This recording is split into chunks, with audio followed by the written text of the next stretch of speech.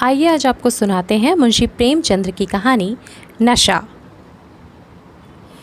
ईश्वरी एक बड़े जमींदार का लड़का था और मैं एक गरीब क्लर्क का, जिसके पास मेहनत मजूरी के सिवा और कोई जायदाद न थी। हम दोनों में परस्पर बहसें होती रहती थी। मैं जमींदारी की बुराई करता, उन्हें हिंसक पशु और खून चूसने वाली जोक और वृक्षों की चोटी पर फूलने वाला बंझा कहता। वह जमींदारों का पक्ष लेता, पर स्वभावतः उसका पहलू कुछ कमज़ोर होता था, क्योंकि उसके पास जमींदारों के अनुकूल कोई दलील न थी। वह कहता कि सभी मनुष्य बराबर नहीं होते, छोटे बड़े हमेशा होते रहते हैं और होते रहेंगे। लचर दलीय थी।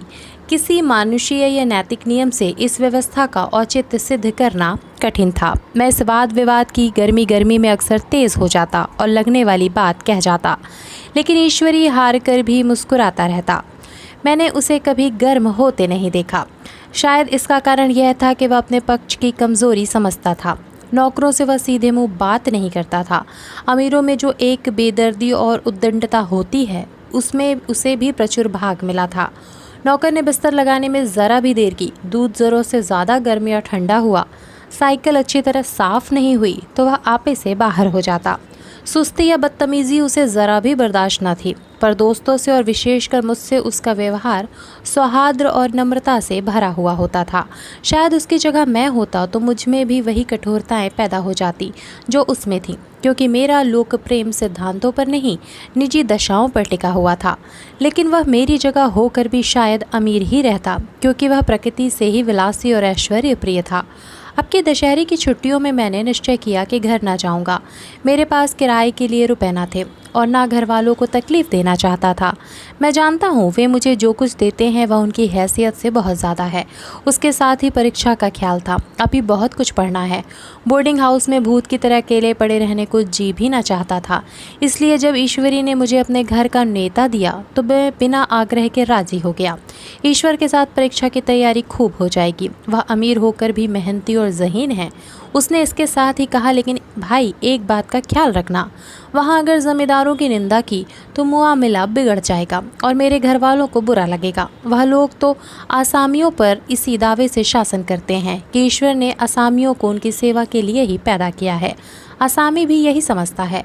अगर उसे सुझा दिया जाए कि ज़मींदार और आसामी में कोई मौलिक भेद नहीं है तो ज़मींदारी का कहीं पता न लगे। मैंने कहा, तो क्या तुम समझते हो कि मैं वहाँ जाकर कुछ और हो जाऊँगा? हाँ, मैं तो यही समझता हूँ। तुम गलत समझते हो। ईश्वरी ने इसका कोई जवाब न दिया। कदाचित उसने इस मामले को मेरे विवेक पर छोड़ दिया और बहुत अच्छा किया। अगर वह अपनी बात पर अड़ता तो मैं भी जिद पकड़ लेता। सेकंड क्लास तो क्या, मैंने कभी इंटर क्लास में भी सफ़र न किया था। अब की सेकंड क्लास में सफ़र का सौभाग्य प्राप्त हुआ। गाड़ी तो 9 बजे रात को आती थी, पर यात्रा के हर्ष में हम शाम को स्टेशन जा पहुँचे। कुछ देर इधर उधर सैर करने के बाद रिफ्रेशमेंट रूम में जाकर हम लोगों ने भोजन किया। मेरी वेशभूषा और रंग ढंग से पारखी खानसामों को यह पहचानने में देर न लगी कि मालिक कौन है और पिछलग्गू कौन, लेकिन न जाने क्यों मुझे उनकी गुस्ताखी बुरी लग रही थी। पैसे ईश्वरी की जेब से गए। शायद मेरे पिता को जो वेतन मिलता है उससे ज़्यादा इन खानसामों को इनाम इकराम में मिल जाता हो। एक अठन्नी तो चलते समय ईश्वरी ही ने दे दी। फिर भी मैं उन सबों की उसी तत्परता और विनय की अपेक्षा करता था जिससे वे ईश्वरी की सेवा कर रहे थे। ईश्वरी के हुक्म पर सबके सब दौड़ते हैं, लेकिन मैं कोई चीज़ मांगता हूँ तो उतना उत्साह नहीं दिखाते। मुझे भोजन में कुछ स्वाद न मिला। यह भेद मेरे ध्यान को संपूर्ण रूप से अपनी ओर खींचे हुए था। गाड़ी आई, हम दोनों सवार हुए।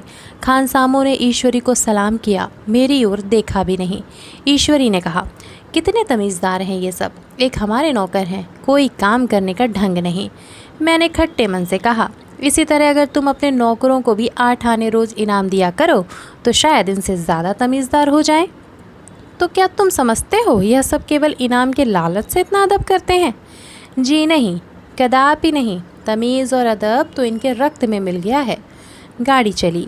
डाक थी, प्रयाग से चली तो प्रतापगढ़ जाकर रुकी। एक आदमी ने हमारा कमरा खोला। मैं तुरंत चिल्ला उठा, दूसरा दर्जा है, सेकंड क्लास है।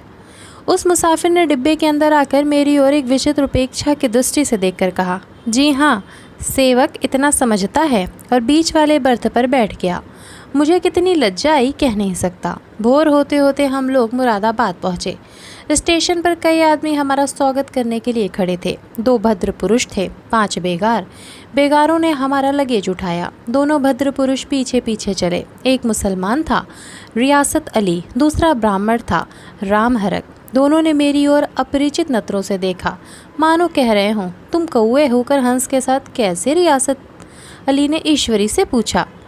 यह बाबू साहब क्या आपके साथ पढ़ते हैं? ईश्वरी ने जवाब दिया, हाँ, साथ पढ़ते भी हैं और साथ रहते भी हैं। यूँ कहिए कि आप ही की बदौलत मैं इलाहाबाद पड़ा हुआ हूँ, नहीं कब कल लखनऊ चला आया होता। अब कि मैंने घसीट लाया। इनके घर से कई तार आ चुके थे, मगर मैंने इनकारी जवाब दिलवा दिए। आखिरी तार तो अर्जेंट था, जिसकी फीस 4 आने प्रति शब्द है, पर यहाँ से भी उसका जवाब इनकारी ही गया। दोनों सज्जनों ने मेरी ओर चकित नेत्रों से देखा, आतंकित हो जाने की चेष्टा करते जान पड़े। रियासत अली ने अर्धशंका के स्वर में कहा, लेकिन आप बड़े सादे लिबास में रहते हैं। ईश्वरी ने शंका निवारण की, महात्मा गांधी के भक्त हैं साहब, खद्दर के सिवा कुछ पहनते ही नहीं, पुराने सारे कपड़े जला डाले। यूँ कहो कि राजा हैं, 2.5 लाख सालाना की रियासत है, पर आपकी सूरत देखो तो मालूम होता है अभी अनाथालय से पकड़ कर आए हैं। राम अरख बोले, अमीरों का ऐसा स्वभाव बहुत कम देखने में आता है, कोई भाप ही नहीं सकता। रियासत अली ने समर्थन किया, आपने महाराजा चांगली को देखा होता तो दांतों तले उंगली दबाते। एक गाड़ी की मिर्जई और चमरौधे जूते पहने बाजारों में घूमा करते थे।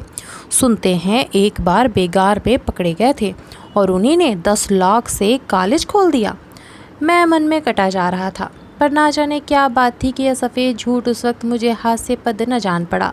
उसके प्रत्येक वाक्य के साथ मानो मैं उस कल्पित वैभव के समीपतर आता जाता था। मैं शहसवार नहीं हूँ, हाँ, लड़कपन में कई बार लद्दू घोड़ों पर सवार हुआ हूँ। यहाँ देखा तो 2 कला रास घोड़े हमारे लिए तैयार खड़े थे। मेरी तो जान ही निकल गई। सवार तो हुआ, पर बोटियाँ काँप रही थीं।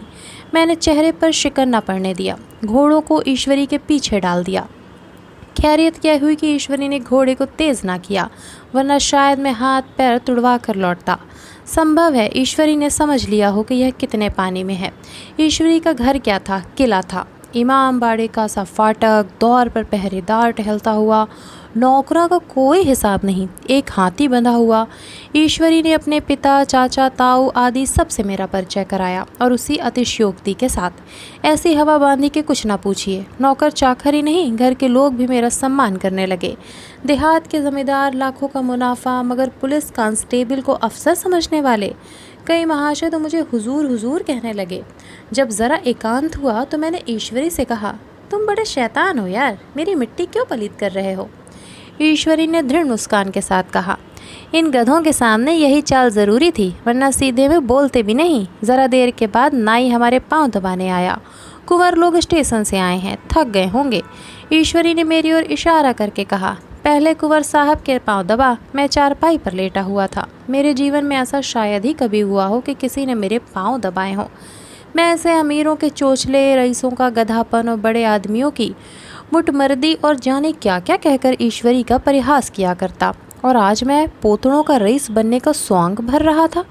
इतने में 10 बज गए। पुरानी सभ्यता के लोग थे। नई रोशनी अभी केवल पहाड़ की चोटी तक पहुंच पाई थी। अंदर से भोजन का बुलावा आया। हम स्नान करने चले।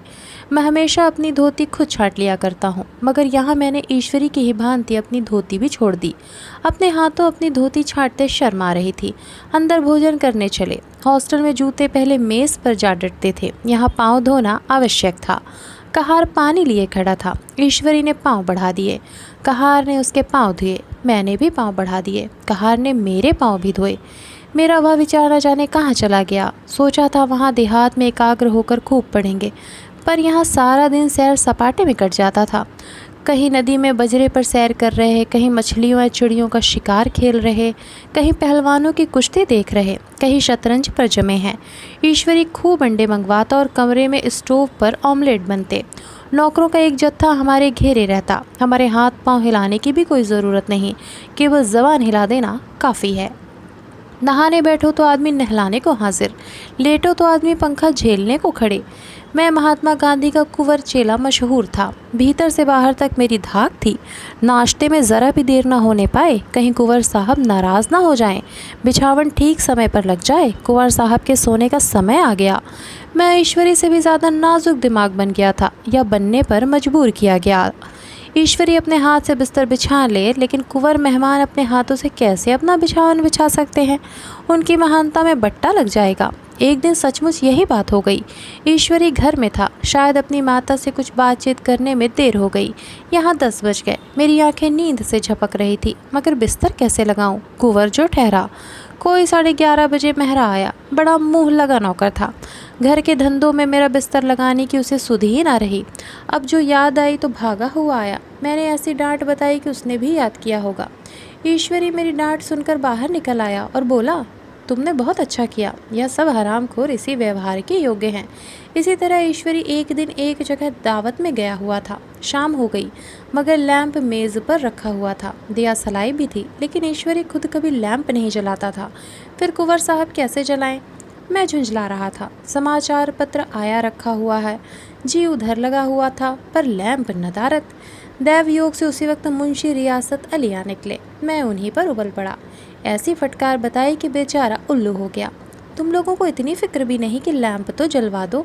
मालूम नहीं ऐसे कामचोर आदमियों का यहाँ कैसे गुजर होता है। मेरे यहाँ घंटे भर निर्वाह ना हो। रियासत अली ने कांपते हुए हाथों से लैंप जला दिया। वहाँ एक ठाकुर अक्सर आया करता था। कुछ मनचला आदमी था, महात्मा गांधी का परम भक्त। मुझमें महात्मा जी का चेला समझकर मेरा बड़ा लिहाज करता था, पर मुझसे कुछ पूछते संकोच करता था। एक दिन मुझे अकेला देखकर आया और हाथ बांध कर बोला, सरकार तो गांधी बाबा के चेले हैं ना। लोग कहते हैं कि यहाँ सुराज हो जाएगा तो जमींदार न रहेंगे। मैंने शान जमाई, जमींदारों के रहने की ज़रूरत ही क्या है? यह लोग गरीबों का खून चूसने के सिवा और क्या करते हैं? ठाकुर ने फिर पूछा, तो क्यों सरकार सब जमींदारों की ज़मीन छीन ली जाएगी?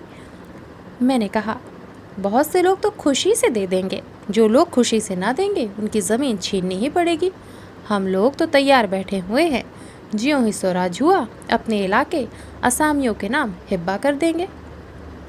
मैं कुर्सी पर पाँव लटकाए बैठा था। ठाकुर मेरे पाँव दबाने लगा। फिर बोला, आजकल ज़मींदार लोग बड़ा जुल्म करते हैं सरकार। हमें भी हुजूर अपने इलाके में थोड़ी सी ज़मीन दे दें तो चलकर वहीं आपकी सेवा में रहें।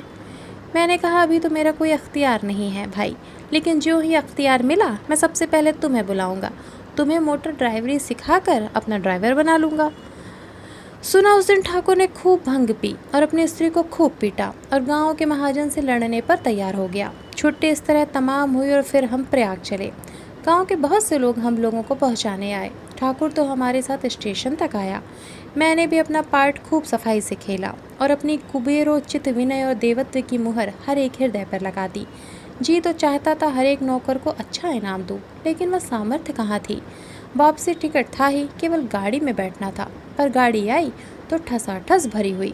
दुर्गा पूजी की छुट्टियां भोगकर सभी लोग लौट रहे थे। सेकंड क्लास में तिल रखने की जगह नहीं। इंटर क्लास की हालत उससे भी बदतर। यह आखिरी गाड़ी थी, किसी तरह रुक ना सकते थे। बड़ी मुश्किल से तीसरे दर्जे में जगह मिली। हमारे ऐश्वर्य ने वहाँ अपना रंग जमा लिया, मगर मुझे उसमें बैठना बुरा लग रहा था। आए थे आराम से लेटे लेटे, जा रहे थे सिकड़े हुए। पहलू बदलने की भी जगह न थी।